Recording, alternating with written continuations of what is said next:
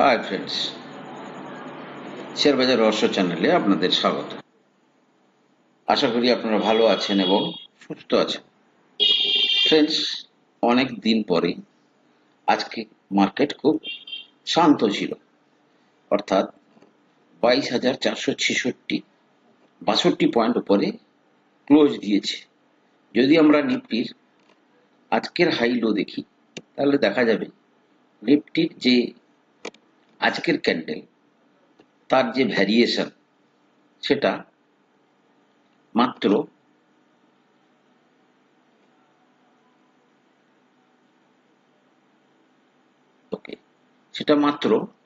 High ছিল 22,502, লো ছিল 22,346, মোরলেস 150 পয়েন্টের কাছাকাছি। কিন্তু সবচেয়ে উল্লেখযোগ্য ব্যাপারগুলো আজকের মধ্যে যেটা দেখা যাচ্ছে, যে এই প্রথম এ মাসে ফরেনাররা কিন্তু মাল কিনেছে। তারা আজকে প্রায় 1617 কোটির শেয়ার কিনেছে। একইভাবে ডোমেস্টিক ইনস্টিটিউশনও কিন্তু আজকে 1556 কোটির শেয়ার বাই করেছে। এবং আজকে যদি দেখা যায় ভিক্স, ইন্ডিয়া ভিক্স, যেটাকে আমি আপনাদেরকে একদিন বুঝিয়েছিলাম ফিয়ার ইন্ডেক্স, আজকে ভিক্সও উপরে খুব একটা যায়নি এবং আস্তে আস্তে ঠান্ডা হচ্ছে, অর্থাৎ ভয় ধীরে ধীরে কাটছে। ফ্রেন্ডস, একটা জিনিস বুঝতে হবে, আউট অফ 542 সিটস প্রায় 380-90 কাছাকাছি ভোট হয়ে গেছে। এক্সিট পোলের রিপোর্ট, এক্সিট পোল অনেকেই করে, সেই রিপোর্ট আমাদের কাছে না আসলেও বড় বড় প্লেয়ারদের কাছে কিন্তু সেই রেজাল্ট চলে আসে। যেটা মনে হচ্ছে, যদি এক্সিট পোলে তারা হিন্ট পেয়ে যায়, তাহলে কিন্তু মার্কেটে একটা বড় শর্ট কভারিং আসবে, অর্থাৎ অপারেটরদের খেলা।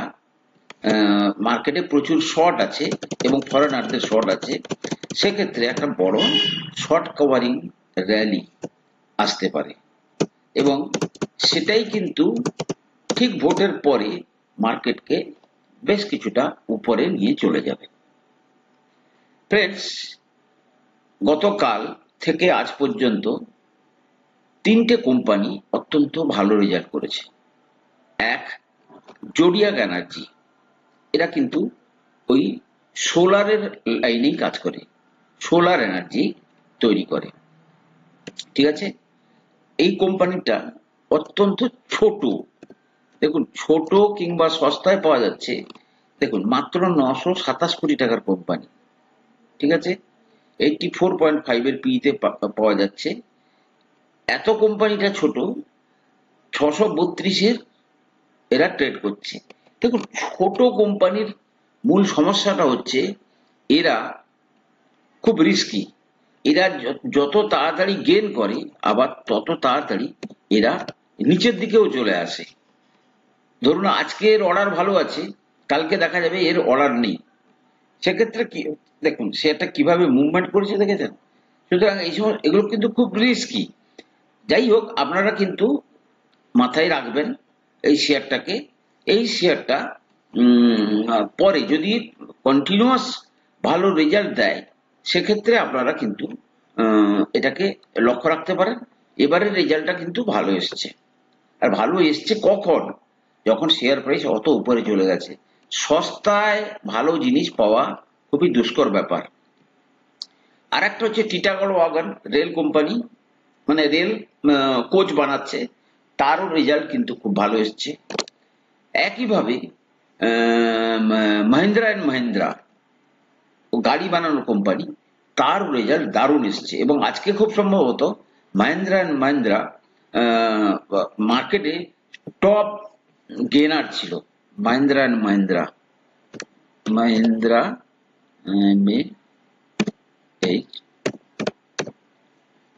মাহিন্দ্রা অ্যান্ড মাহিন্দ্রা, দেখুন ফ্রেন্ডস, আজকের শুধু আমি যদি দেখি,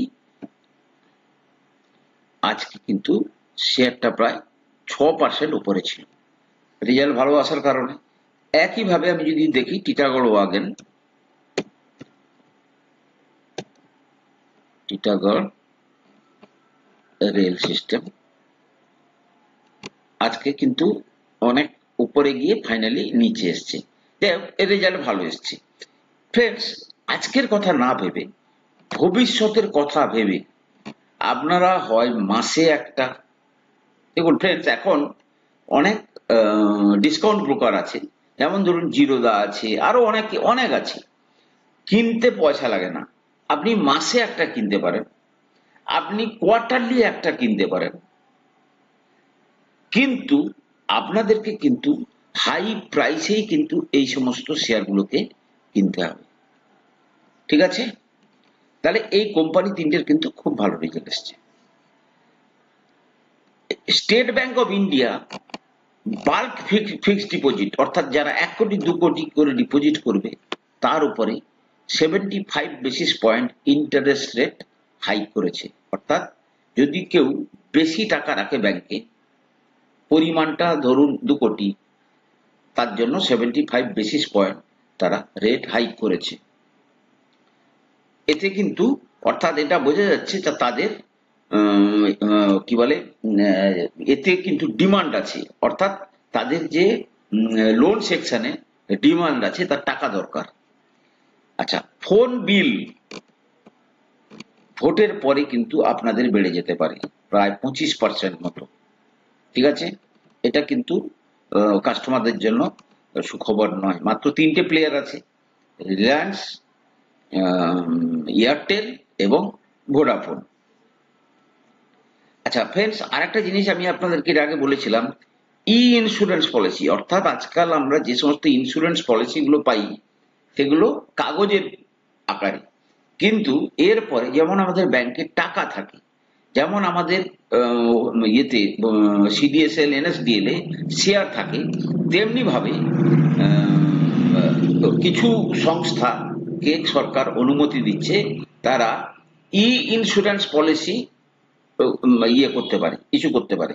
মিনস ব্যাংকের মতোই হবে, সেখানে কেবলমাত্র তার ইন্স্যুরেন্স পলিসি, তার ডিটেলস, তার এভরিথিং পাওয়া যাবে, এবং সেইটার উপর ভিত্তি করে তারা কিন্তু ভবিষ্যতে পয়সা কড়ি, মানে ম্যাচুরিটি পাওয়া থেকে শুরু করে সবকিছু তাদের ওইভাবেই হবে।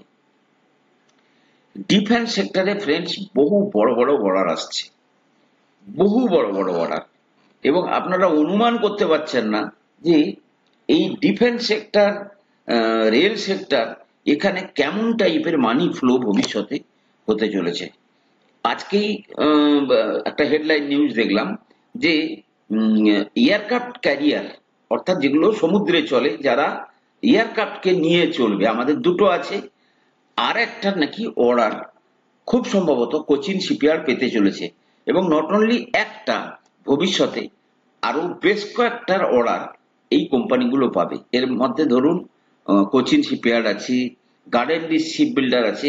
গার্ডেনরিচ শিপ বিল্ডার কিন্তু অনেকটা সস্তা তুলনামূলকভাবে, কিন্তু সেইভাবে তার পারফরমেন্সও নিশ্চয়ই অত ভালো হবে না, কিন্তু এই শেয়ারগুলোকেও কিন্তু আপনারা ওই একই ফরম্যাটে, আপনি মাসে যদি কারোর ক্ষমতা থাকে একটা, কি 3 মাসে একটা, এগুলো কিন্তু আপনাকে বড় টাইম হরাইজনে কিন্তু এগুলোকে কিনতে হবে।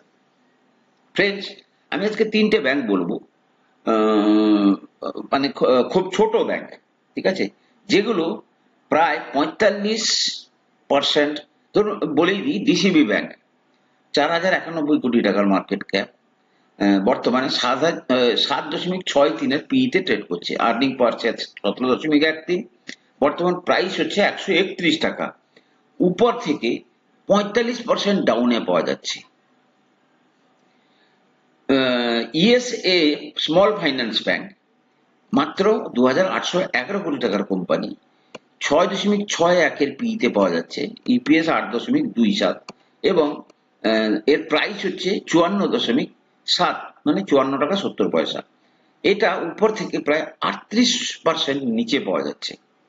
আর একটা হচ্ছে বন্ধন ব্যাংক, 29,175 কোটি টাকার মার্কেট ক্যাপিটাল, পি 13, ইপিএস হচ্ছে 13.84, প্রাইস 181, শেয়ারটা প্রায় 75% নিচে পাওয়া যাচ্ছে। ফ্রেন্ডস, বন্ধন ব্যাংক এরা তো সাধারণত স্মল এতে কি বলে মাইক্রো ফাইন্যান্সে বড় ব্যবসা করে। এই ব্যাংক নর্থ ইস্টের বহু জায়গায় বিভিন্ন কারণবশত ওই কি ফ্লাড ফ্লাড কিংবা অন্যান্য কি একটা কারণে এদের কিন্তু বেশ কিছু পয়সা ওখানটাতে এনপিএ হয়ে গেছে, অর্থাৎ টাকা ওঠেনি, যার জন্য কিন্তু বন্ধন ব্যাংক আজকে এই ধরনের পরিস্থিতি আছে।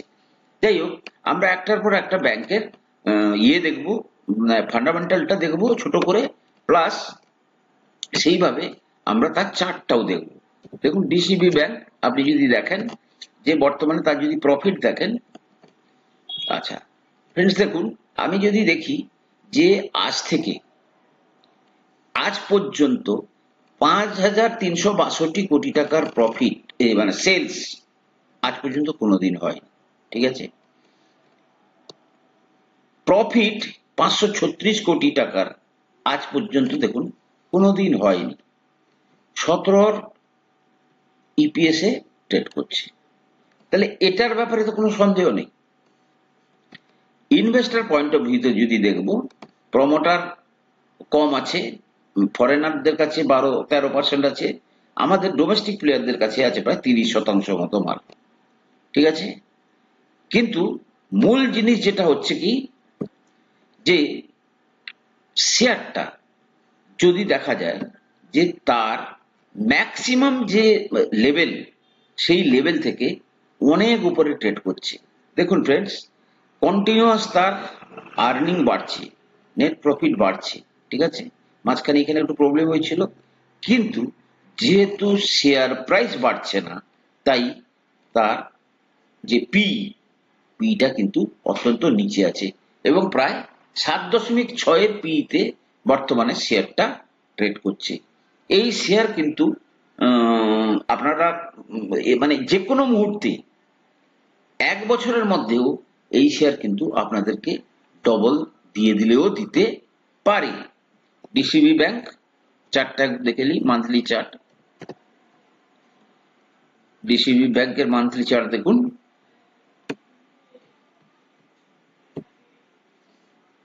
ওকে।